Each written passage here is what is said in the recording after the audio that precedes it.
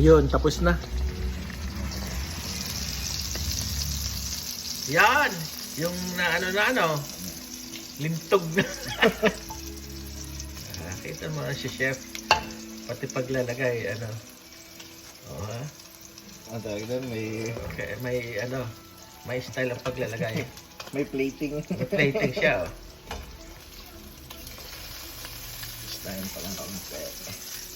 So, pag walang-wala talagang luto, itong spam at saka itlog, save by the bell. Yan. Basta meron.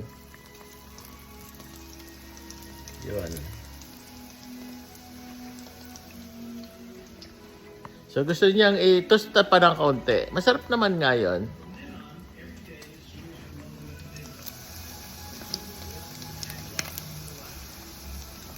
Gusto ko ipakita kung paano niya niluluto yung itlog.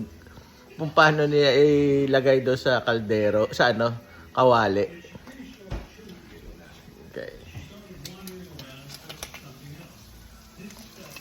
Binabaliktad-baliktad na po para pantay ang pagkakaluto. Perfect.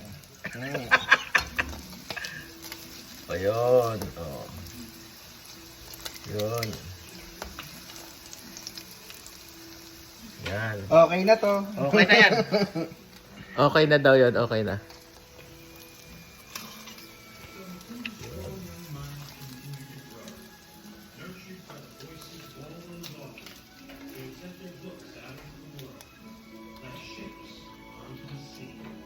Tapos yung para wag nang tipid na rin sa sa hugasin, doon na lang kami magluluto ng itlog.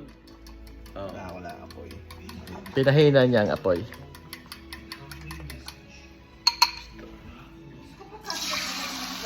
Yun. So ito, ilalagay na namin sa table. Meron naman kaming bahaw na kanin at saka sabaw na kape. Ayos. Tapos to. Yun.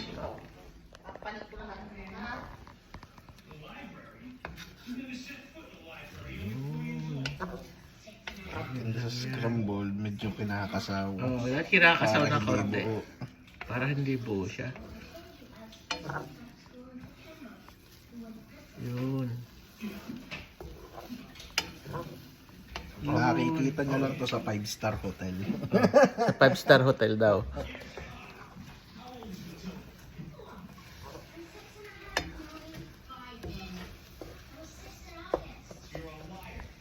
Ako assistant, kukuha lang ako ng lalagyan namin. Whoop! Plato. Yun. Makikitang overcook yan.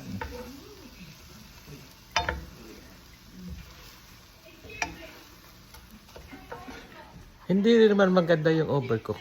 Maganda yung perfect yung luto.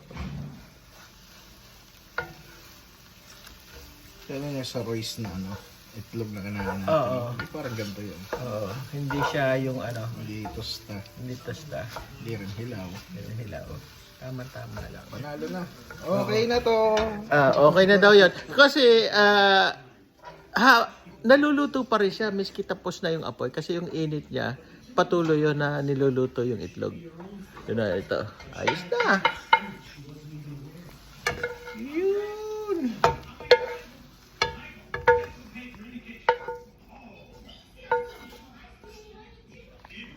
Gourmet itlog. Sige. Bye-bye po. Kakain na kami. Ang bilis naman. Asa na? Yun na. Piniplating pa, oh. Yun. Yun. Kakain na. Kakain na kami. Bye-bye po.